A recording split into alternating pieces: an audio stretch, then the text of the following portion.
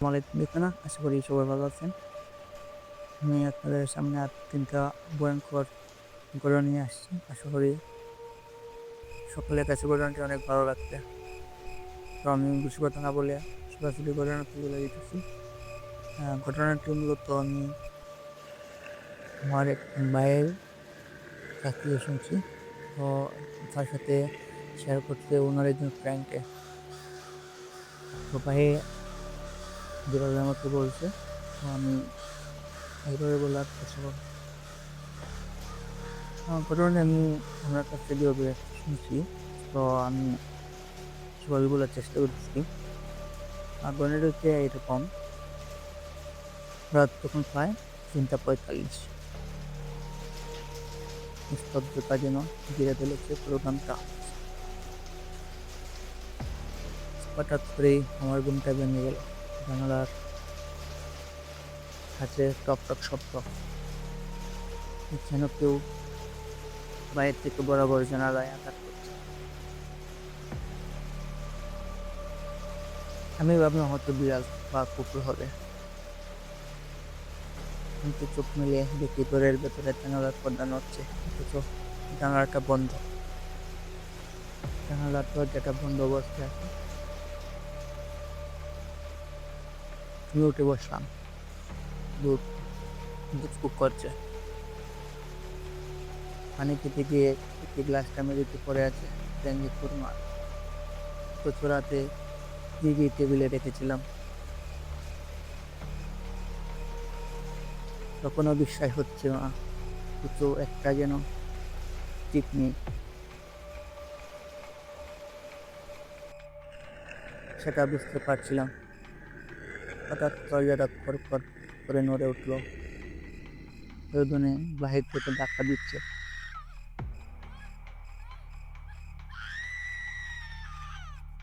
তারপরে আমি সাহস করে দরজার কাছে গেলাম। খুলতে হিমেল বাতাসের চাকটা, কিন্তু বাইরে তো কেউ নেই।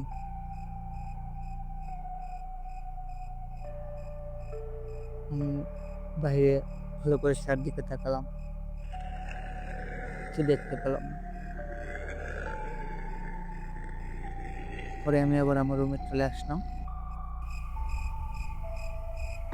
কিছুক্ষণ যেতে না যেতে আবার সেই শব্দ। আমি কিছু বুঝে উঠতে পারছিলাম না তখন।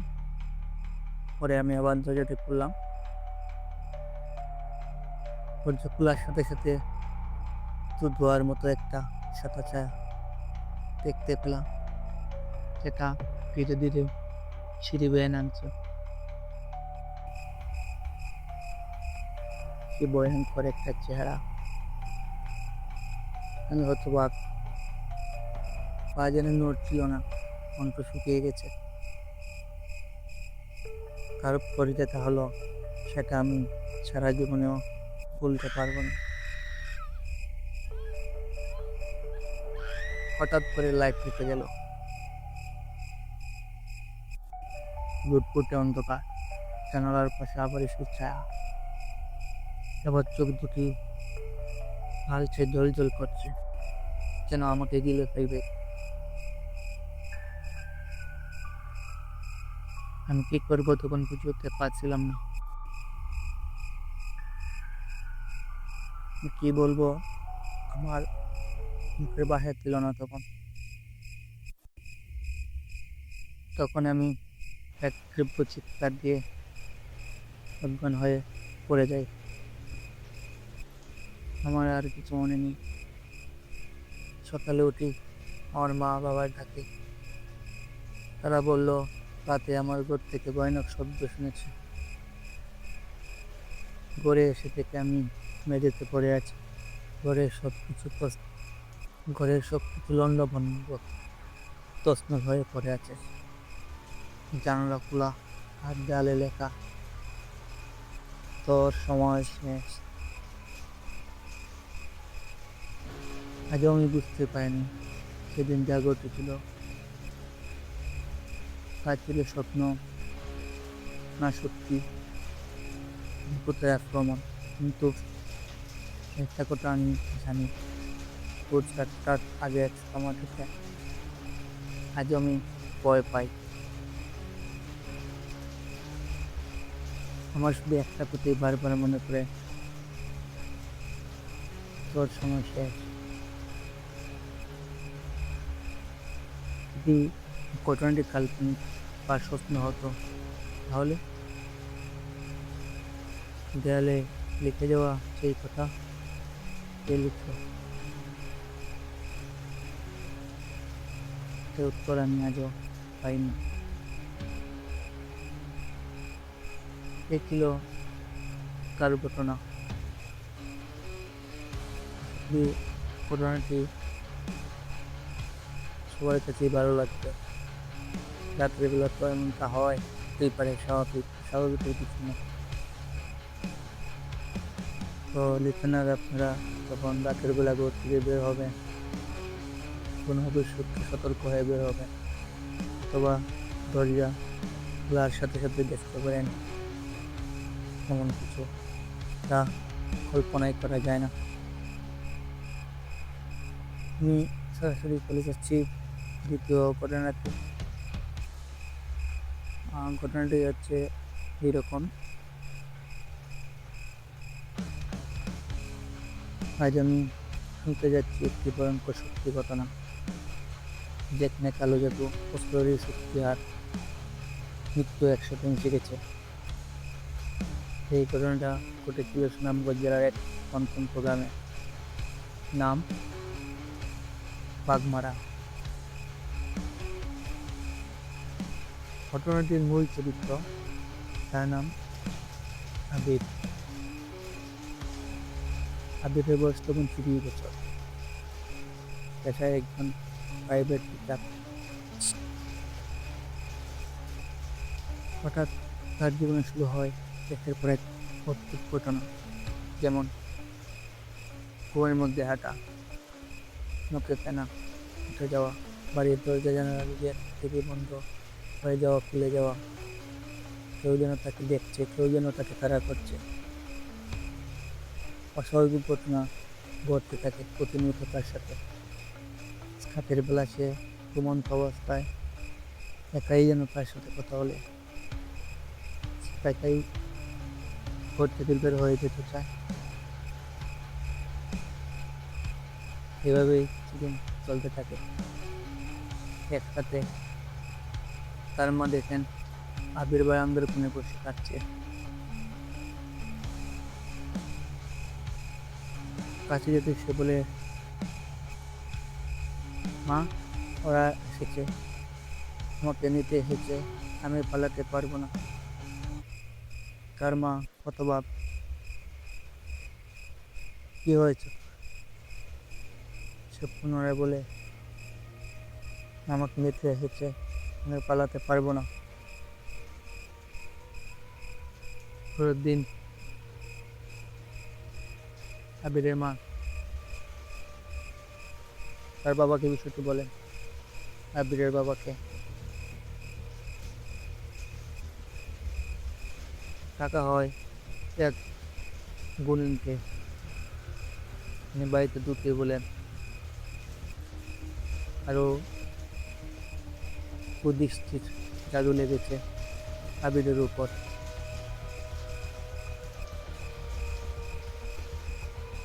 আবিরের পরিবারের লোকজন শুনে অবাক, হতভম্ব হয়ে দাঁড়িয়ে নাতি জিজ্ঞেস করে, আমাদের তো কেউ নেই, সত্য বলতে তো নেই কেউ যারা এরকম কিছু করতে পারে। স্টুডেন্ট কোনো উত্তর দেয় না, সে শুধু বলে, অনেক আগেই কেউ ওর ছবি নিয়ে কালী পূজায় বলি দিয়েছে।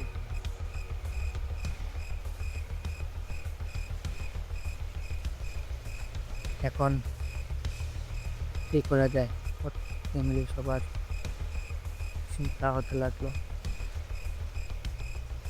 পরিবারের সবাই চিন্তিত, কীভাবে তাকে এই কালু জাদু থেকে মুক্ত করা যায়। শুরু হলো রিচুয়াল। সিংহাত ধরে ছেলে যুক্ষ টান এবং কালী মূর্তির পায়ে জল দেওয়ার রিচুয়াল। এক রাতে আচমকা বাড়ির তাদের উপর হাহাকার ধ্বনি, সে যেন চিৎকার করছে, সে আমার, সে আমার। তবে সেই তান্ত্রিক গুণিন বলেন,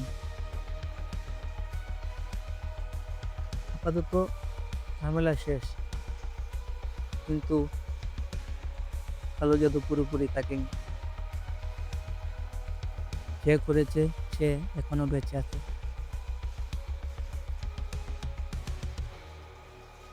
আবিরকে এই গ্রাম ছেড়ে অন্যত্র পাঠিয়ে দাও, হয়তো পরবর্তীতে আরো প্রবলেম হতে পারে। পরবর্তীতে আবিরকে সেই গ্রাম থেকে অন্য গ্রামে পাঠানো হয়। সে এখনো বেঁচে আছে, কিন্তু আজও রাতে শুনে কে যেন তাকে ডাকে, আবির ফিরে আয়, আবির ফিরে আয়। আমি তোরই অপেক্ষায় বসে আছি। এই ছিল তার ঘটনা, কিন্তু লিসেনার, মানে এক কথায় থেকেই যায়।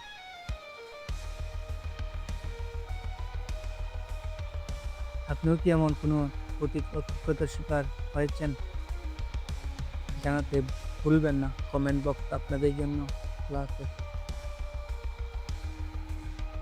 অবশ্যই আমার এই চ্যানেলটি সাবস্ক্রাইব করবেন এবং আরও বহনশীল কাহিনীর জন্য অপেক্ষা করবেন। এখন আমি যে ঘটনাটি শেয়ার করতে যাব, ঘটনাটি ঘটে আমার মামার একজন ফ্রেন্ডের সাথে। ঘটনা বলে নয়, আমার মামা ঢাকাতে থাকেন। আমার আপন মামা না, দূর সম্বন্ধে আত্মীয়। আর এই ঘটনাটি ঘটে আমার মামার বন্ধুর সাথে। তো আমার মামা বন্ধুর কাছ থেকে ঘটনাটি কালেক্ট করেছেন।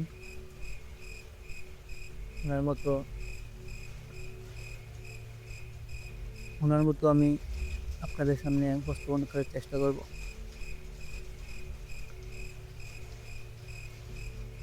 ওনার বন্ধুর নাম রাকি। তো আমি রাকি বলে সম্বোধন করতেছি, যেহেতু উনি আমার মামা। ঢাকায় একটা ছোট্ট অ্যাপার্টমেন্ট দেখা থাকে। অফিস থেকে ফিরে ক্লান্ত শরীরে রাত 12টার দিকে ঘুমিয়ে পড়ি। সারাদিন অফিস করার পর শরীরটা অনেক ক্লান্ত, অনেক ক্ষুধার্ত, অনেক ঘুম পাচ্ছিল আমার। তাই আমি রাতে খাওয়া দাওয়া না করে শুয়ে পড়ি। ঠিক রাত 3টা বাজে, 3টা বা 2টা মাঝে মাঝে হবে। মোবাইলে ফোনটা বেজে উঠল। নম্বরটা নো কলার আইডি। ভাবলাম নো কলার আইডিতে আননোন নাম্বার, এত রাতে কে কল দিল? অফিসের কাউকে এত রাতে কল দেওয়ার কথা না, আবার নো কলার আইডি। আমার কেমন যেন গা চমচম করে উঠল। তারপরে ফোনটা ধরলাম। ফোন ধরা মারতেই শুনি এই ফ্ল্যাটটা আমার ছিল, কে আছে ওখানে? এই ফ্ল্যাটটা আমার। আমি কাপড় গলায় বললাম, কে আপনি? কি বলছেন এসব? কোনো উত্তর নেই। হঠাৎ কেটে গেল লাইন। আমিও শুয়ে পড়লাম। ভাবলাম হয়তো একটু নাম্বারে কল দিয়েছে, কি পারে। কিন্তু তারপরেও করে একটা সংগ্রহ থেকে যায়। প্রতিদিনের ন্যায় আমি অফিসে গেলাম। অফিসে গিয়ে তো আমার বারবার রাতের খোলের কথা মনে হচ্ছিল। ফোনটা হাতে নিলাম চেক করার জন্য কল লিস্টটা।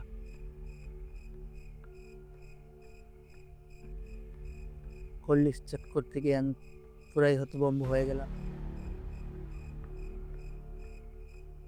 কিছুই নেই, ফোনটাই বাজিনি রাতে। পরপর 3 রাত একই সময় ফোন আসা শুরু করে আমার ফোনে। আমি ফোন রিসিভ করি, অপর প্রান্ত থেকে বলে সে শুধু একটা আমার যে তুমি আমার মেঝেতে রক্ত লেগে আছে, চোটা আমি ফিরছি, একটা আমার। কথা শোনার পরে আমি অনেকটাই ভয় পেয়ে যাই। ভাবলাম কেন আমাকে কল দেওয়া হচ্ছে, যে আমার সাথে এরকম করতেছে। ভাবলাম আত্মীয় স্বজনের মধ্যে হয়তো কেউ ভূতের ভয় দেখাচ্ছে আমাকে, কিন্তু না, আমি এক পদে অতিষ্ঠ হয়ে গেলাম। আমি অতিষ্ঠ হয়ে গিয়ে বাড়ির কেয়ারটেকারকে জিজ্ঞেস করি, এই পার্টির ইতিহাস কি, একটু বলুন। ওই দিন যাবৎ আমার মোবাইলে রাতের বেলা আমার নাম্বার থেকে ফোন আসছে। ফোন রিসিভ করে আমার সে শুধু বলে, ব্যাগটা আমার রক্ত মেঝেতে লেগে আছে, হচ্ছে ওর ইচ্ছে দেওয়াটা। আমি পিচ্ছি, আমি আসছি। তখন কেয়ারটেকার জানায় এই পেটের নির্মম ভয়ঙ্কর কাহিনী। সে জানায় 2 বছর আগে এই ঘরে একজন বৃদ্ধা আত্মহত্যা করছিলেন। কেউ তার ডেড বডি চিন্দির মোড় খুঁজে পেয়েছিল। সেই রাতে ঠিক 3টার সময় তার আত্মা হেঁটে ঘুরে বেড়ায়, মন সুন্দর আছে। শোনা যায় ওই বুড়ির আত্মা রাত 3টা হলে সেই পেটের চারদিকে ঘুরে বেড়ায়। শেষ রাতে আমি ফোনে বলে করলাম, তুমি যা, আমি ভয় পাই না।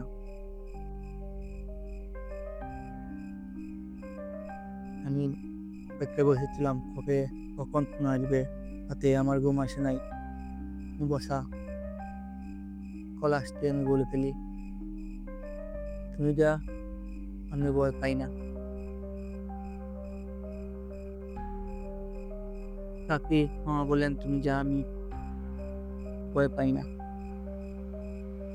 আমি এসব ভূত বিশ্বাস করি না, আত্মা বলে কিছু নেই, আমার ভুল ধারণা। তারপরে সত্যটা ভয়ঙ্কর গর্জনে পেরে যেতে থাকে। দরজার টুকটুকি ফোনটা আবার কেটে গেল। আমি ঘুরে দেখি আমার ঘরের দরজা আধা খোলা, আর ঘরের মেঝেতে রক্ত।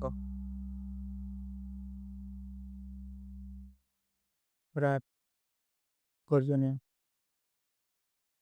বলছে সে, আমি তো তোমার সাথেই আছি, তোমার ঘরের ভেতরে।